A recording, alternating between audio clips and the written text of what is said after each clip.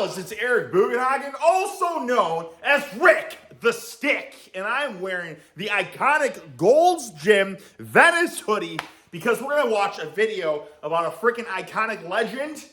It says it right here, it's already a spoiler, it's a giveaway. It's Tom Platz. You can say, Sticky Ricky, haven't you already made a Tom Platz video before? You bet your freaking buns I did, but you know what?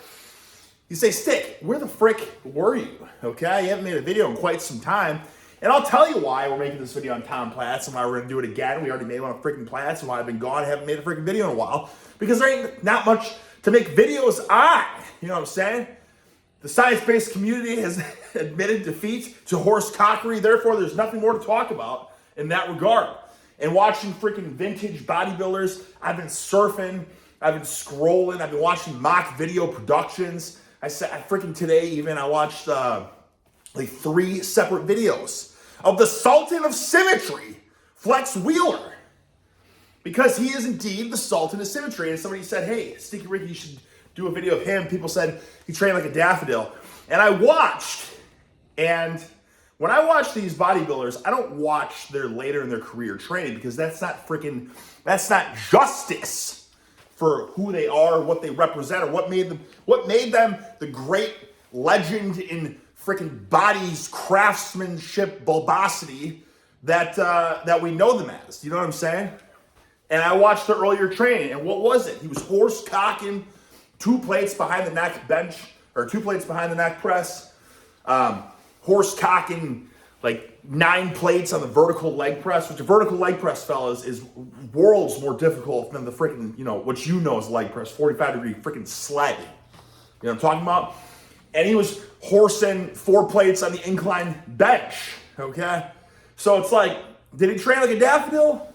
I didn't watch later in the career. I'm not going to do that because I feel like most people as they get older, or, you know what I mean, they're just trying to fine-tune their freaking symmetry or whatever. You know what I mean? They've already built the house. Now they got to put the freaking frosting on the house. They built the cake. They baked the cake. They got to put the freaking frosting on. You get what I'm saying? But you gotta see, what do they do to bake that freaking scrumdiddlyumptious cake in the first place? That's why I like seeing that early training. And listen, I was watching it and like, what are we gonna do? We're gonna, you know what I mean? Like, am I just gonna freaking, talk about how I'm right or how I was wrong? But I wasn't, because he's horse-cocked free weights, tremendous loads. So it's like, what's the point of these videos? So I said, hey, you know what? It's been freaking over 2 weeks. Why don't we just get to the tried and true, a man that resonates to me and probably to you as well. A man that can be the originator, of the mindset. Okay? By the way, that's freaking Tater Tot, snoring, huffing, puffing, grunting, and groaning as there are 2 dog beds stacked on top of each other. He is enjoying the double-decker dog bed. Ultimate luxury. While Mr. Beefy is locked away in his bathroom right now. He was being a grumpy arsehole, and usually he just barks, nothing satisfies him. He's freaking on hospice right now, you know what I'm saying? So he just demands treats after treats. He doesn't give a damn anymore. And we have a 3rd dog, unfortunately, that was probably gonna end up getting euthanized on Friday. Rocky, Mr. freaking Rock, Mr. Rocco, 15 years old. He's got some sort of cancer or something like that. Been heavily medicating him, taking him to the vet twice this week. It's just at this point, there's nothing else they can do that we can do. And he just is suffering, whimpering, howling in pain all day, every day. Right now, it sounds like he's restfully asleep. So if that happens during the video, then that's why. The howling, the whimpering, and whatnot. Anyways, let's get to freaking Tom, shall we? Oh,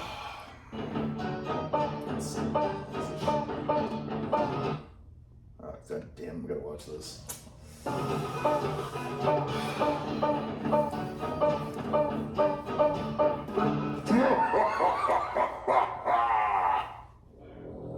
Alright, here we go. Before you get... Now, by the way, I've never watched this. I don't know what he's gonna say. Okay, this is an organic reaction on my part.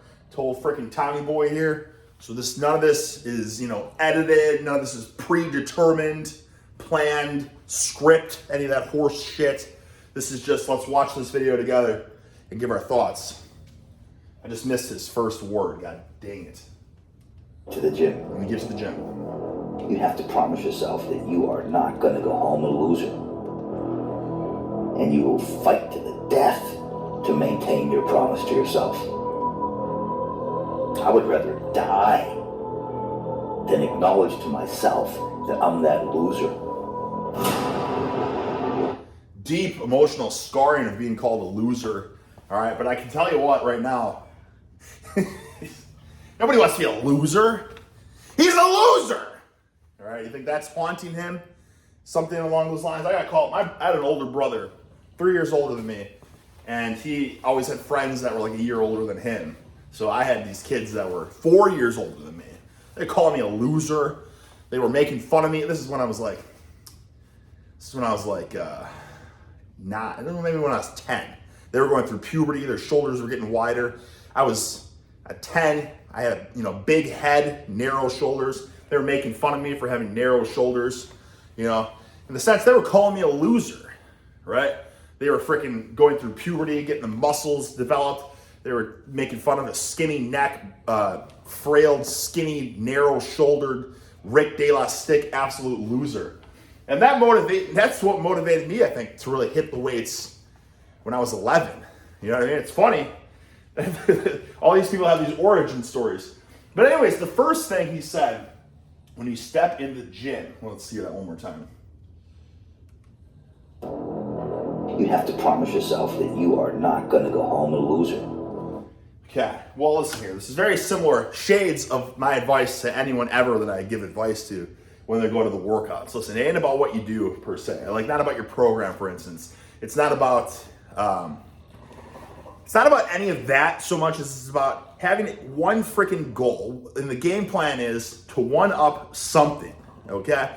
You got 5 freaking exercises it might be, and even if it's the first one and you freaking one-up that sucker, you hit an all-time PR or whatever, hey, you can sit back, you can relax, kick your feet up for the rest of the workout because you just leveled up that workout.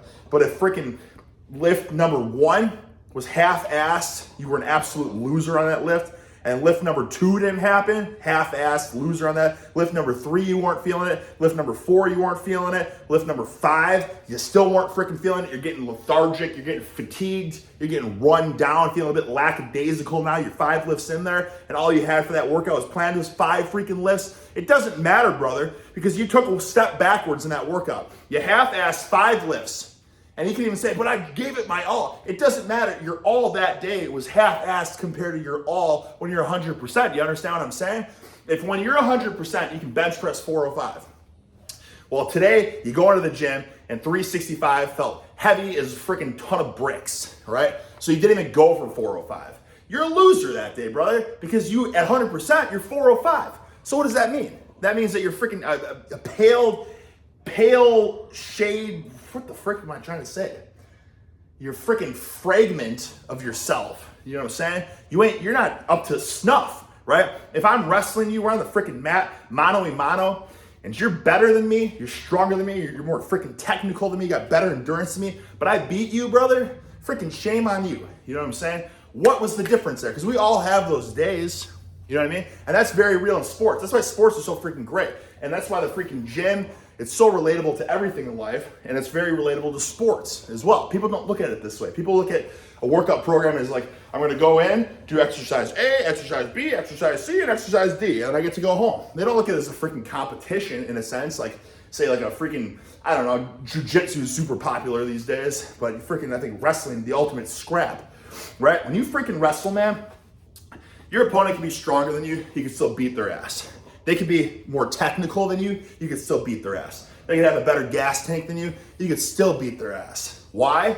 Just to the freaking, what separates a lot of the people is just the mental freaking perseverance to not quit, to not give up. So a guy might be whooping your ass for, say this is a freaking high school match, 3 2-minute periods, a 6-minute match. So you can be getting your ass kicked for 5 freaking minutes. But if you don't lay off the gas and you keep coming back and you keep coming back and you keep coming back and you see he starts to slow down, And then you freaking, as long as you stay at it, brother, you can get your ass kicked for 5 minutes. You can come back in that last minute. You can still win, right? How relatable is that? You could suck ass at lift 1, lift number 2, lift number 3, lift number 4, and lift number 5. That doesn't mean at lift number 6, you can't come back and still crush that freaking workout. Do you get what I'm saying? It doesn't mean that you have to go home. You had 5 bad lifts. Well, I'm going to go home. It was a shitty workout. Brother, that's on you. If you quit and you go home because it was a shitty workout, you made it a shitty workout. You believed it was a shitty workout. If you believe it, you can achieve it. You believe it's a shitty workout, it's going to be a shitty workout, right? But if you did 5 half-ass shitty lifts, but you said, you know what? I got to find a way to make this workout worth it. I got to find there to be, what is the reason? There had to be a rhyme or reason why this workout existed today. How can I make this workout have a rhyme or a reason in the first place, right? So even if I have a shitty 5 lifts and I'm feeling weak and it's just not there, I know it's not freaking there, you got to find a 6th lift that justifies why you're in the gym in the first place. Otherwise, you just had a shitty workout. You just went through the motions. You half-assed it. And then you would have been better off staying at home and just recovering more. Do you get what I'm saying? Like, you can look at it that way. It's a total L. And you just took a massive freaking L. But it doesn't have to be that way because you can justify that workout. You can find a reason why this was the best workout you've ever had in your life, right? And anytime I have terrible workouts, I say, okay, because this workout sucked so much, it's going to motivate me to do something I wouldn't normally do if it was a good workout. And then when I look at it that way and I try something new and I get outside of my comfort zone, I get outside of my normal box of training and I try something totally extreme and radical and different, I'm like, holy shit, that was actually awesome. I'm going to start incorporating that more often in my training. That was awesome. I've never felt a stimulus or something like that before. I'm going to incorporate that more in my training.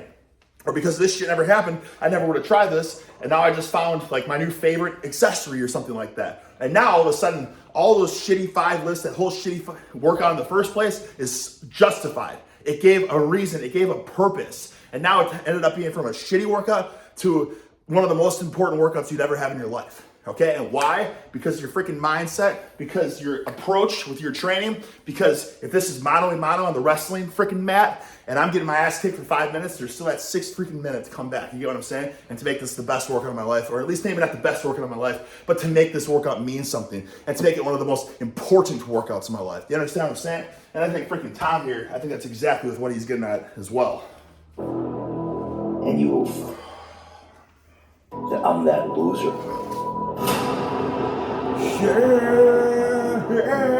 do not ever want to go home from the gym going, I'm a loser, I could have done more. Hey, that's also ultra relatable to something I've been saying for the longest freaking period of time. If you're going home, you're admitting defeat, like, you know, he's saying the word, you're a loser. I just think like, oh, that was a shitty workout, I was wasting my time.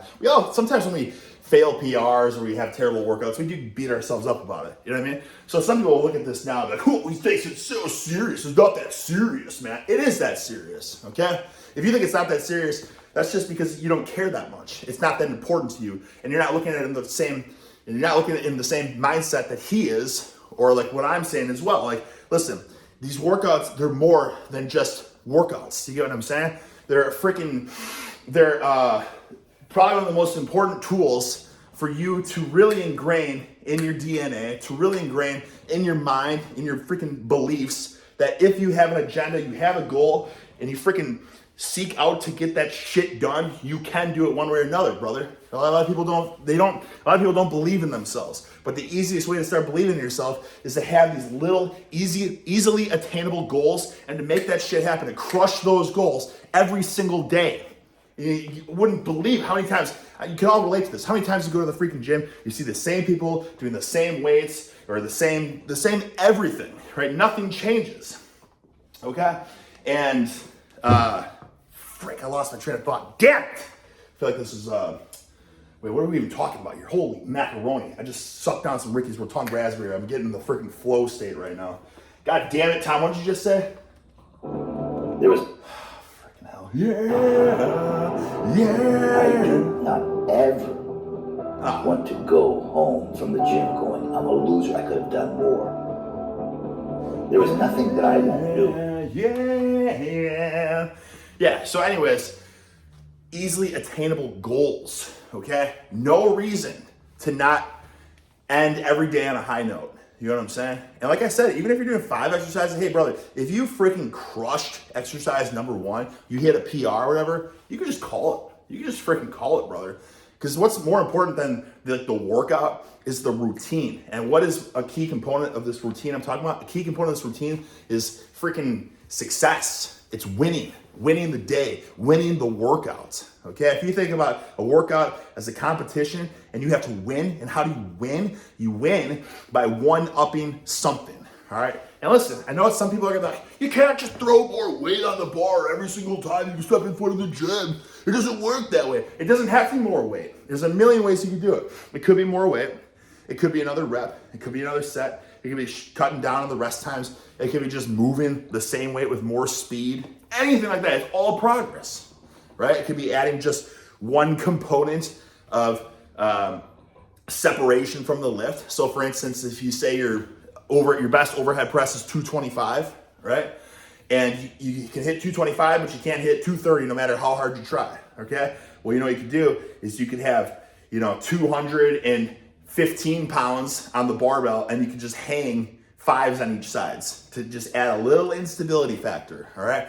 There you go. You just created just a slight degree of separation with just ever so slight difficulty, or whatever it may be, and there you go. You just freaking made that lift. You took it from being stuck in a plateau to all of a sudden one-upping a degree of difficulty and hitting a new PR in that sense. You get what I'm saying? There's no rhyme or reason why you should fail anything and call it. There's always a way to tweak something. There's always a way to find a way, whether it's peeling weight back if you're hitting freaking, you wanted to hit some 1 rep max, 2 rep max, or whatever like that, and it ain't there. 1 rep max ain't there, 3 rep max ain't there, 5 rep max ain't there, sets of 10 ain't there. Brother, I know you could say it's freaking bro science and these sets are just junk volume and not gonna do anything like that, but it doesn't matter. It's not for that sake. Then what about a set of 100 PR? All right, and people are gonna say, it doesn't make any sense talking about stupid, useless junk volume. It's not even about that. It's about getting all these things like in your training journal, tracking all this kind of stuff so that one way or another, if plan A doesn't work, plan B doesn't work, plan C doesn't work, then plan D will work. And you'll find a way, one way or another. Why? Because you never, ever want to take a step backwards. One way or another, always taking that step forward. And even if some people are gonna argue, that's not taking a step forward though, it doesn't fucking matter. In your mind, in your freaking DNA, when you have game plans and you successfully crush these game plans, these goals, you have just little, easily attainable goals, and you crush them, that's all that matters, right? What's the point of anything in life, right? What's the point of anything in life, honestly? There's no point to anything, right? But if you look at it that way, it's an absolute loser's, defeatist attitude, right? So then what's the point in any of what I'm saying right now? You could say there is no point. No, absolutely, you could say that, but it's a freaking loser's attitude, right? If you have this attitude that you're never going home until you one up something, as freaking Tom said, you're not going home a loser. This is what's gonna separate you from schmucks. It's the freaking mindset, that's all it is. And again, that's why I love wrestling so much, because I'm talking about freaking competitive scrapping wrestling. I'm not talking about the arch of synchronized professional wrestling. I'm talking about freaking gritty scrapping, you know what I mean? Mono freaking a mono, okay? That's why I love that so much, because you can take the strongest guy in the room, you can take the most talented guy, like freaking athletic guy in the room. You can take any of this, and whoever, for the most part, like those factors only matter so much, because the harder freaking worker is usually gonna win, right? If they don't freaking quit and they stand the attack, and I can attest to both sides of that spectrum. You know what I mean? I went from being an absolute schmuck, losing record in high school, to being a state champion, and I went from being just piss poor, terrible first year red shirt on the college wrestling team to being at one point ranked 4th in the country. But I also didn't put I didn't put enough work in. I could have done better. I could have hit bigger and better things, but you know what I mean? In high school, I put it all freaking on the line. I sacrificed a lot of stuff to hit that goal, right? I was never the most talented, but when I freaking was hungry, that's all I wanted more than anything, I put it all on the line and I got it, right? Kids that beat me previous years, I fucking turned it right back, shoved it in their face and beat them. And then in college, I just, you know what I mean? I was lazy, I guess. I just wanted to party. I wanted to have a good time. After 3 years of being a freaking schmuck, I decided to make all the sacrifices and turn it all around and start putting the extra work in. And that's when my career started really doing a 180. But at that point, it was too late. You know what I mean? But that's the thing with freaking lifting and our life is there's no college, 4 or 5 year program. It's freaking until the day you die, right? And you have control of that, and you can dictate if you want to put the freaking work in and keep climbing the ladder, or if you want to just be freaking complacent. And you know what I'm saying? And how do you be complacent? Well, you just look at your workouts as just workouts, just going through the motions. 3 sets of this, 4 sets of that. Okay, that's good. I feel like I worked pretty hard, right? You feel like you worked hard. Don't go off of feel. You know what I'm saying? You could feel like you have nothing left, right? You could do 10 reps and like there's no way I can get any more. But when digging deep or whatever the different circumstances, somebody's watching you, something's on the line, you could bang out a few more. You know what I'm saying? Don't go off of feel. That's why you have to log a lot of stuff. You have to know what you're going for. You have to have freaking intent. That's why that's one of the most important things too. Tom here is talking about never going home a loser, right? What does he even mean? He's talking about having a goal. Having a freaking goal every time you step foot in the gym. It's like exercise number 1 of the day. I like to make that my big boy exercise. That's the freaking meat and potatoes. That's putting it all on the line. That's a squat. That's a deadlift. That's a big press or something like that where you have all the freaking energy. The gas tank is full. The adrenaline is freaking up the wazoo. You put it all freaking on the line, right? And you know what you're going for. If you don't know what you're going for and you're going off a feel, you can't trust going off a feel for the most part. Go off of feel when your warm-up sets, but, like I'll talk about this. Like a few weeks ago, I worked out with John Hack, arguably greatest powerlifter of all time. That was after flying to Wisconsin. It's like Florida to Wisconsin across the country. It's not like it's a terrible flight or anything like that, but, I started doing the Arnold Advanced program that week, and I was, 50 sets per workout for the most part, 40-ish to 50 sets per workout. My hamstrings were never as sore in my life as when I was going to Wisconsin. My lats were never as sore as my life as when I'm going to Wisconsin. I was worried I was going to look like a pencil neck daffodil because I was so shot I wasn't going to be able to perform at my highest. But I was like, it's freaking, I'm working out with one of the greatest powerlifters of all time. He wants to freaking deadlift. Let's see what happens. I'm feeling sore. I'm feeling lethargic. I'm run down. I'm not quite as amped as I would like to be. But let's just freaking see what happens. And what happened, guys? I didn't even know what I was lifting because we were putting kilo plates on, doing, 110 pound jumps or whatever with a 30 kilogram bar. I had no freaking clue what I was lifting. 5 kilogram clips. So I go up to weight, I fail, I get it to my knees and I fail it. It's freaking 804 pounds. Like, holy buckets. Keep in mind that my best conventional deadlift at the time was 772. Okay. So 32 more pounds, right?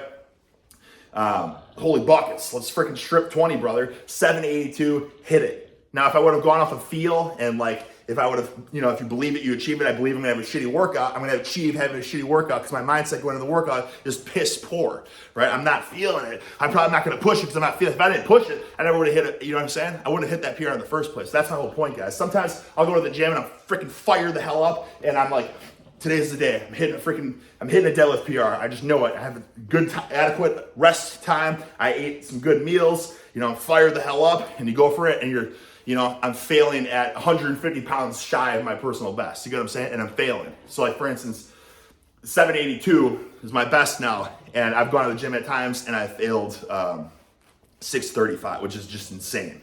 It's like, how the frick does that even happen? Okay, well, again. That's why you can't always trust going off the feel. So do you think I just called it? Do you think I just had a shitty workout after that happened? No. You know what I did? I can't remember exactly, but that's why it's a bad example. But, I'm like, okay, because I had a shitty deadlift workout, I have to do something extreme that I wouldn't normally do, so it's like weighted back extensions. I know I found the other day, it was like super heavy weighted wall sits, that kind of stuff. And then when you forces you out of what you normally do, you're like, holy shit, that's really good. I should start incorporating that more. You know what I mean? It's just not a perfect example because I can't remember. This was already weeks ago, guys, that this happened. But I hope you catch my drift of what I'm saying here.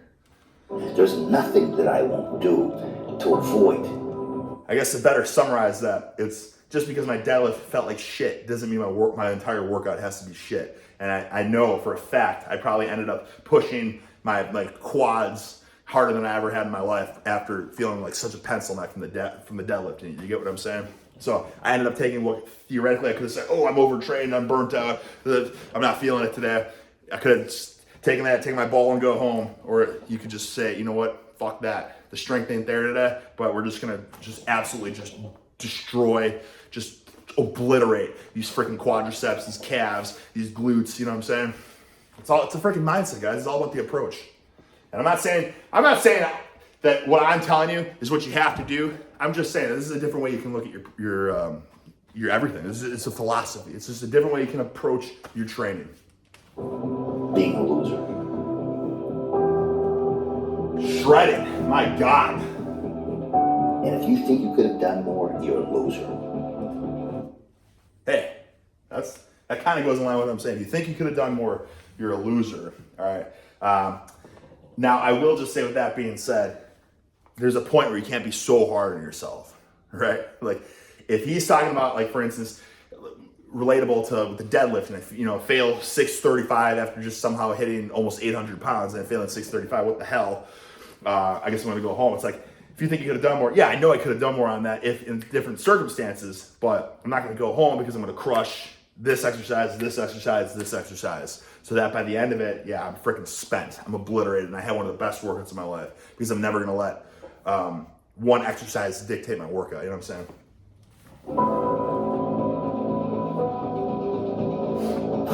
I wasn't talented. I wasn't talented in bodybuilding. I didn't have any genetics. Did he say he didn't have any genetics? Tom Platz, the quad father, I mean, giant, ripped, strided horse legs. But I mean, I guess he's saying that those mammoths grew with the hard work and the training, which Tom Platz is the absolute man, one of the greatest of all time. I'm not giving him any shade, but by no means, you had some pretty sickening genetics, Tom. Let's not knock your parents too hard there. All right. Let's see what he has to say, though. But I had this attitude that I can do. There's nothing I can't do. I believe that I can squat. I can do anything. There's a reason people don't squat. It's hard. It's hard. That's true. People tend to do the easy stuff, guys, and it's almost like it's right in front of you. It's common sense. When you go to the gyms, all the freaking cables are always taken. You know, one of the commercial gyms I go to, there's like 20 cables. They're always taken. You gotta wait for the cables to open up. But the same gym has like 10 squat racks and deadlift platforms, and for the most part, they're always open. You might see some people doing some stuff, but for the most part, those freaking, those barbells are always open. Those cables, on the other hand, they're freaking flooded. And in my mind, it's crystal clear. It's because cables are really easy. They feel good. Oh, I get such a good pump. I get a better mind-muscle connection. It's like, okay, you look at it that way, but it's also really easy. You can't deny that cables are easy. And I know you can try hard on the cables. You can put a ton of effort into the cables. Doesn't mean they're not easy. They're an easy component of training. Whereas horse cocking, massive loads, bar on your back, or freaking having an aneurysm trying to pick up, several hundreds of pounds against your freaking, your brain saying like, please, daddy, don't do this to me. And you're like fucking just grinding it out. You know what I'm saying? Takes I'm just saying, freaking hell. People don't want what's hard. They want what's easy, what looks showy. Forget it. The same thing in life is the same thing here. If you can do this, you can do anything. Anything. Yeah.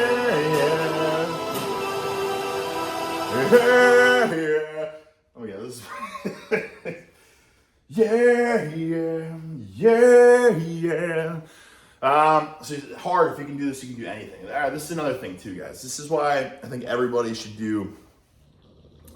It's a great point. Dave Tate mentioned this a couple times. Both times I talked to him, but it's like people's perception of hard is the hardest thing they've ever done. You know what I'm saying?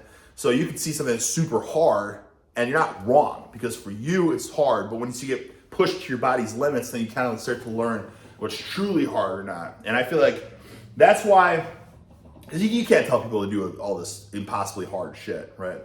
Like the hardest stuff I've ever had to do was like wrestling, right? Where it's a dual meet and your freaking team is, it's like tied with the other team and it's up to you to win or lose the dual meet. You know what I'm saying? It's all this pressure on you and it's like 7-minute match and it's just freaking tooth and nail. It's just you're just so spent, but you gotta get, it's just body, your hands are just shaking, adrenaline dump and all that. But you can't tell people to just go, hey, have a freaking, go through the meat grinder in a wrestling match. You can't tell people to do that, you know what I'm saying? But what you can tell people to do is like, okay, let's take a weight that you can do for 10 reps on the squat and then do it for 20. Like, dude, that's a weight for 10, but do it for 20. How's that? How do you, it's not even possible. Oh, that's like the whole point of the freaking 20 rep super squats. You know what I'm saying? Is there's a whole book dedicated on that. The one set of 20 on the squats. You pick a weight you can do for 10 reps and you freaking do it for 20. It doesn't matter how long it takes. You just find a way, you know what I mean? You just stand up, you just breathe through each rep and you just get it done. And it's extremely hard. And once you do that, then in terms of training, you can do anything. If you can do that, you can do anything, right? Maybe the first day, you underestimated your strengths. You're like, oh, that wasn't too bad. Okay, that's cool. Come back in a couple days and put 5 more pounds on the bar and then try it again.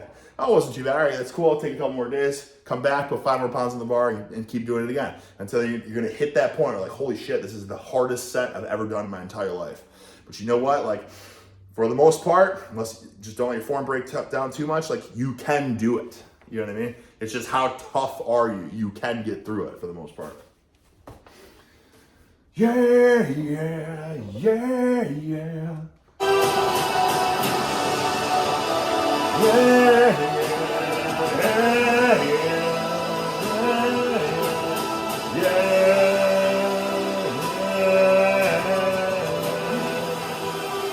yeah. Is he gonna talk?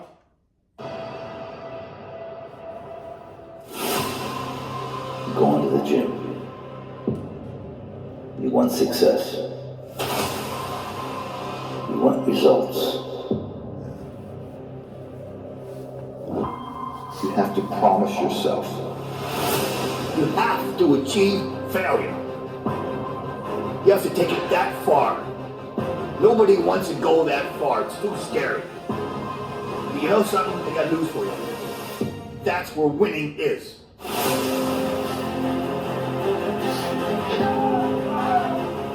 Some people are going to say, but you don't have to go to failure. You can do stuff to set several reps in reserve. This is basic science. Well, okay, I don't think that's the point that he's truly making. I think the point is you have to be able to know where failure is. You have to get to that point.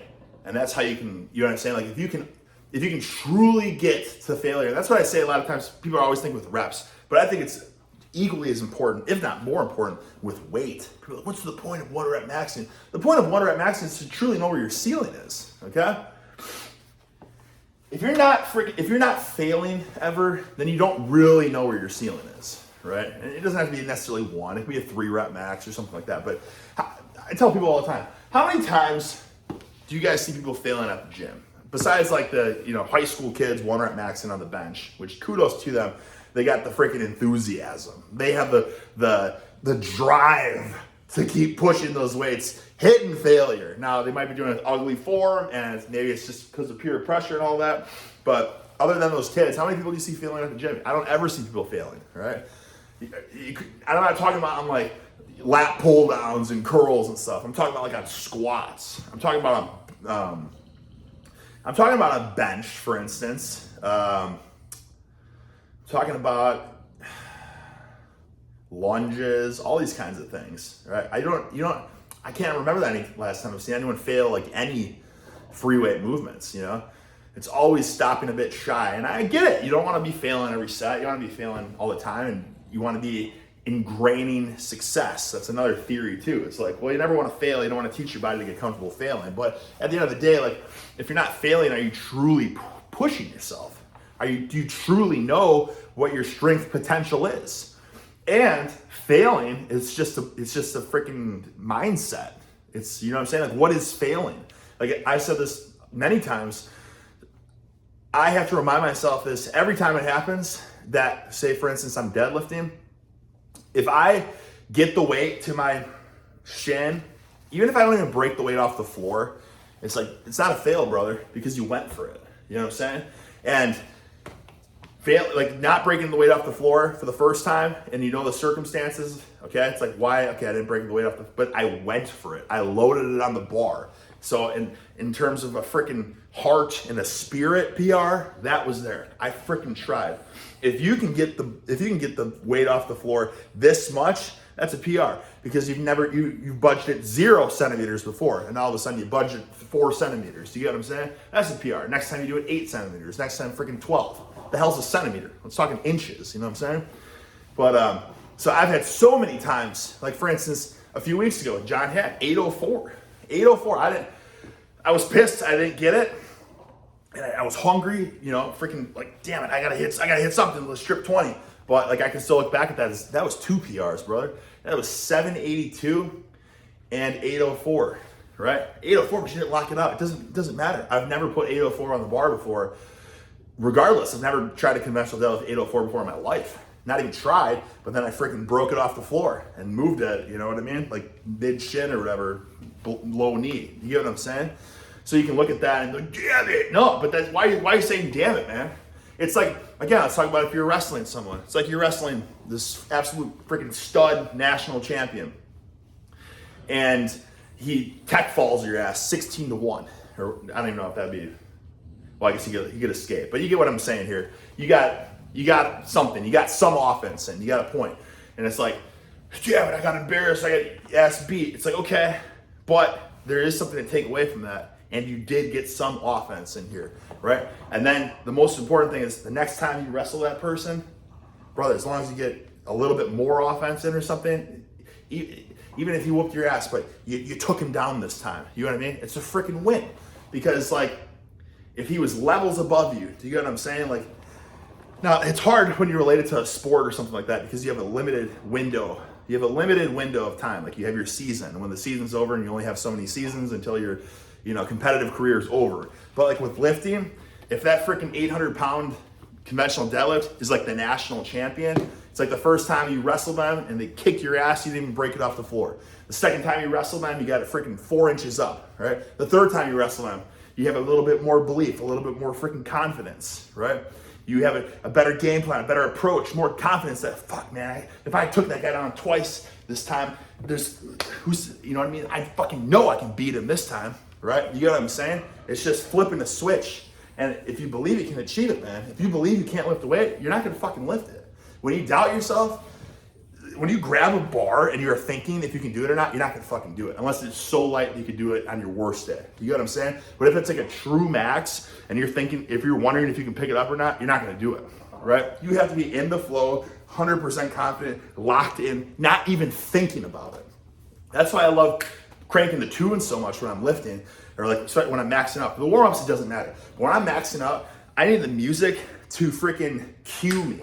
All right, and why do I need a cue? Because I don't want to be thinking about anything, right? As soon as that freaking drum beat, whatever, cymbal crash, like that's my cue to pick it up. No thoughts, in the flow, laser focus. I know what am I doing? I'm picking the fucking bar up. That's it. I'm not thinking about, am I gonna get it? Am I not gonna get it? Are my straps tight enough? Is my belt on right? Not thinking about any of that. You're just thinking, when this fucking song hits, I'm picking this shit up, right? You can't think. Thinking is the freaking death of peak performance.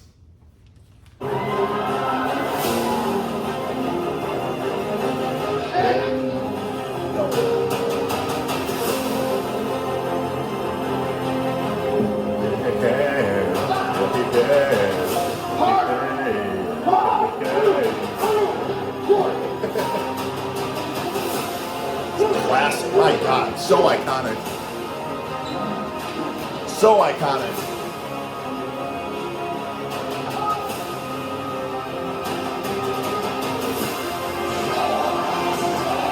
This is like just music. I mean, I love it, don't get me wrong, but it's probably gonna be all copyrighted music.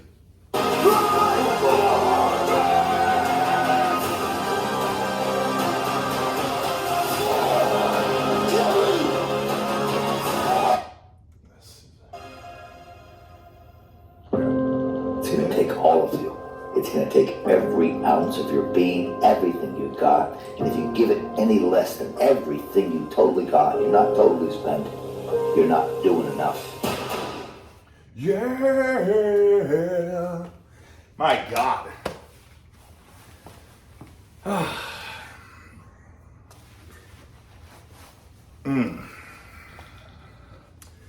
You know, like Tom Platz, some could argue that, like, the crowning, the Mr. Olympia and all that, but, like, what's more important than these, you know, biased decisions and stuff is, it's like, people aren't going to remember what you said to them, they're just going to remember how you make them feel or whatever, you know what I mean? And I think that rings very true. Like, who really cares? Did he win the Sandow? Who cares about the placings and all that? It's like, the fact that we can go back, we can watch him spiel about being a loser and all that, like, what an absolute legend, you know what I mean?